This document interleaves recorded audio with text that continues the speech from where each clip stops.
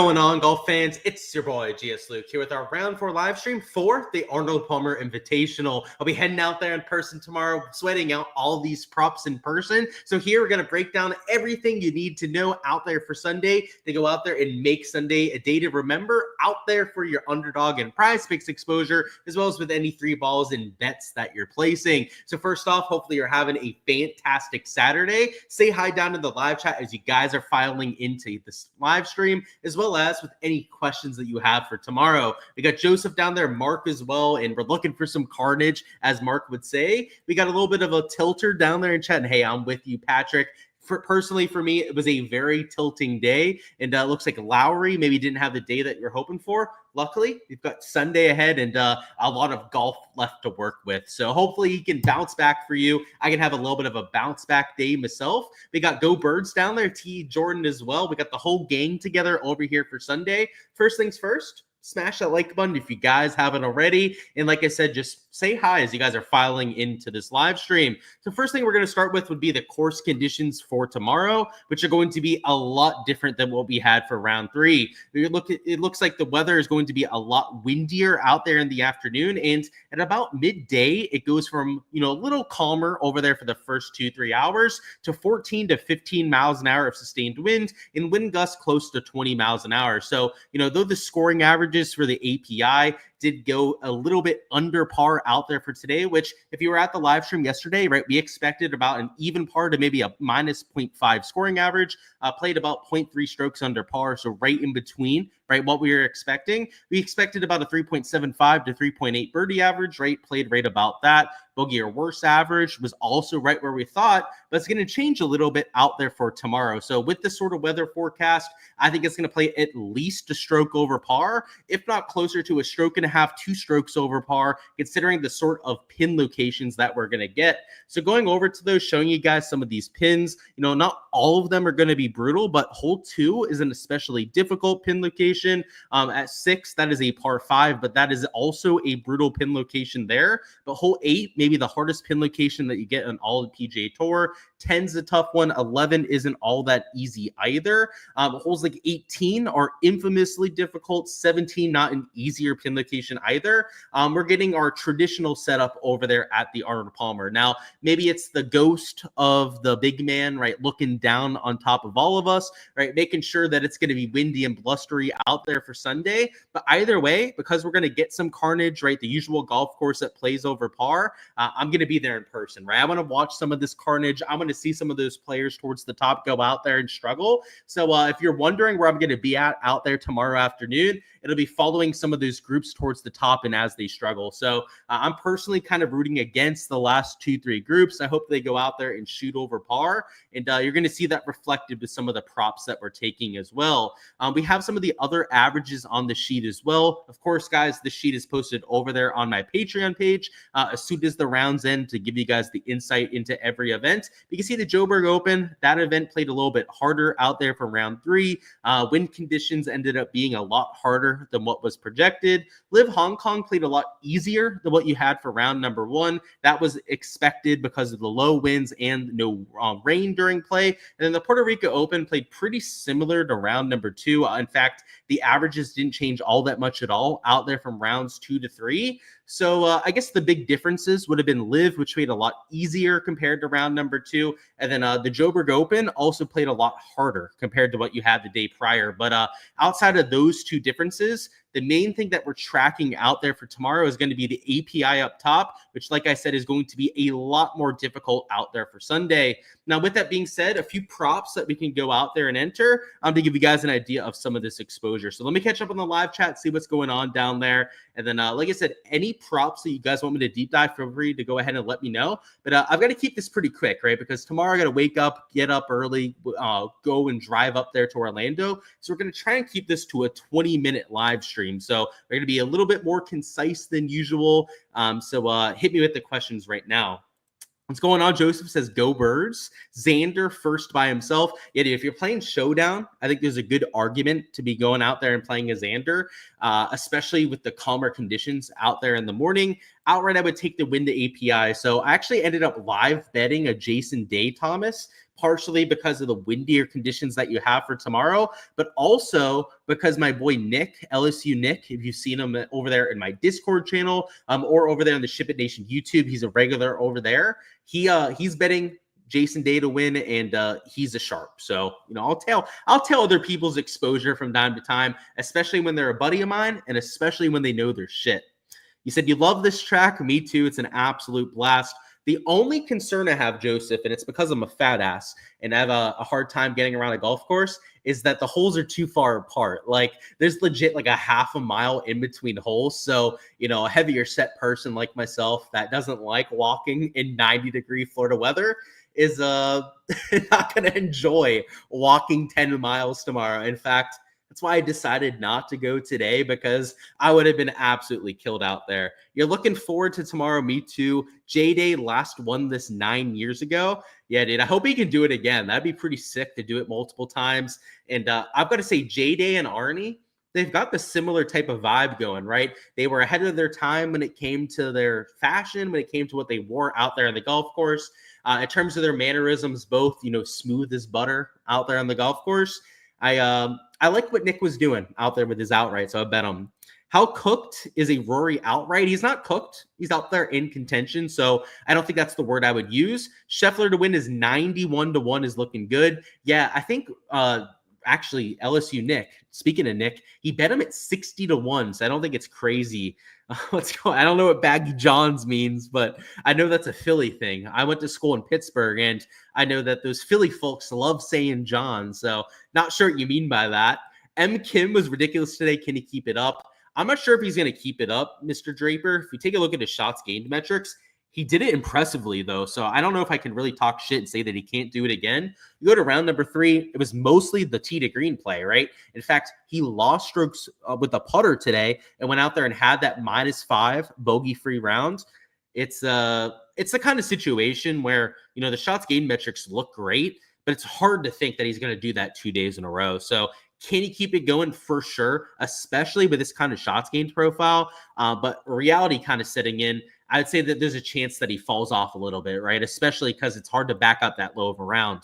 Seabez for the top 10. So I'm looking the other way, Joseph. In fact, it's a good segue into some of our exposure here. So one of the guys I went out there and actually faded for my strokes, and I wasn't sure if we were going to use Seabez out of one of the props that I entered.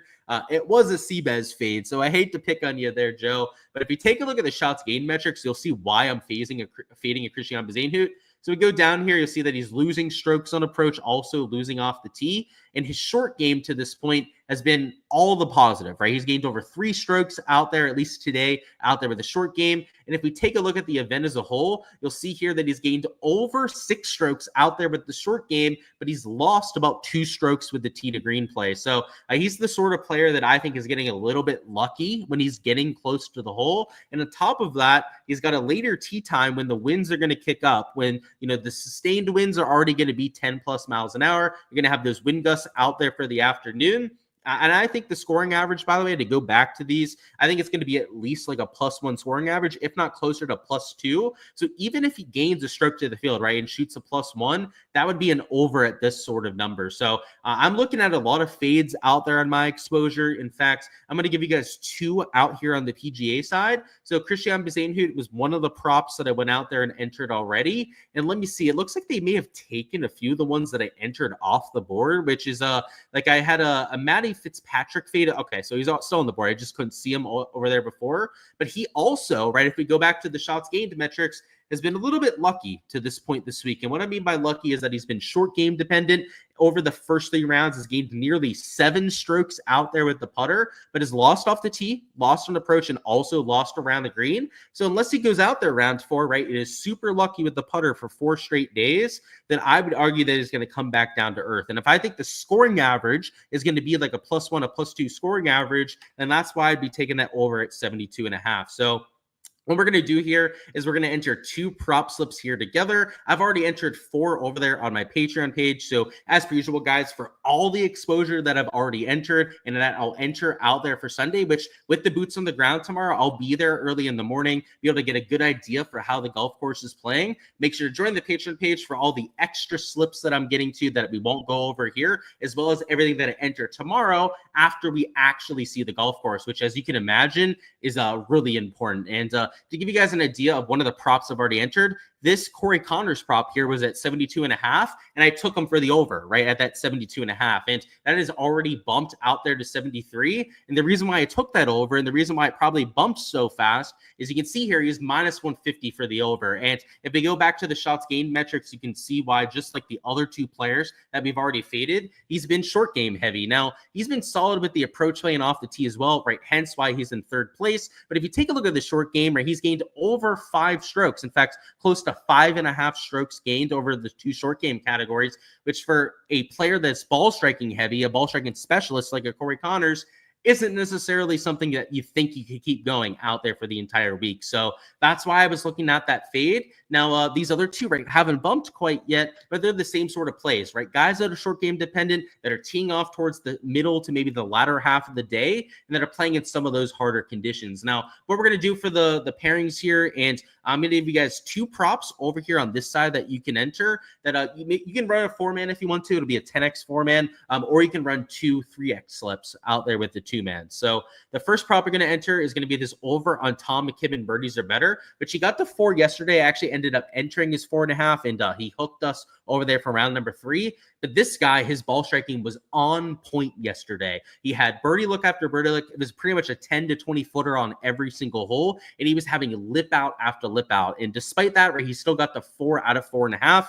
Tomorrow he has, or tonight, you should say, right, if you're watching over here in America, it's going to be similar conditions to what you had in round number 2. So I think the birdie average will be at least about 4.25 per round. It was 4.52 over there in round number 2. So a player like McKibben that's already an above average birdie maker, a top 10 on this year. On the DP World Tour, he was a top 20 birdie maker on that tour. So we know he's a very aggressive player that goes after pin locations, is the kind of over that I'd be taking. And the other prop that I paired him up with, there were a few that I went out there and entered. The one that we're going to take for the sake of this live stream, though, is going to be this under on Brooks Koepka strokes. So Brooks Koepka is there at 67.5 strokes. He did have a massively low round over there for round number 2. Round 1 shot over par, but yesterday made, I believe, 6 or 7 birdies out there on his round. And he's got to shoot -3 to cover this. And going back to the scoring averages, right, Live Hong Kong played to a 67.5 scoring average.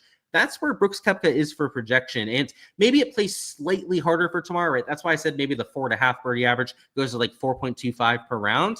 You're asking Brooks to go out there and gain like a stroke to the field, which is well within his range of outcomes. And, maybe after day 1, I would have been a little bit worried about it with him struggling out there for the first day. But he showed us yesterday or last night that he's more than capable of having that bounce back. So, if you entered this out there for a 4-man, it would be, I guess, a 9x slip. So what I would prefer to do is to take one of these PGA props and obviously match it up with one of these live props. And then you could split it up into 2-2-mans, right, out there for 3x a piece. So over there on my Patreon page, I already have 8 props that have entered, so twice as many as we went over here. So like I said, for all that different exposure, make sure to check out my Patreon page for all of that. But over here on these other sites, the projections are almost identical. In fact, if you take a look at the projections out there from website to website, they're the same on like 90% of the projections. So everything we said over there on the prize pick side, you can translate over there to the underdog side as well.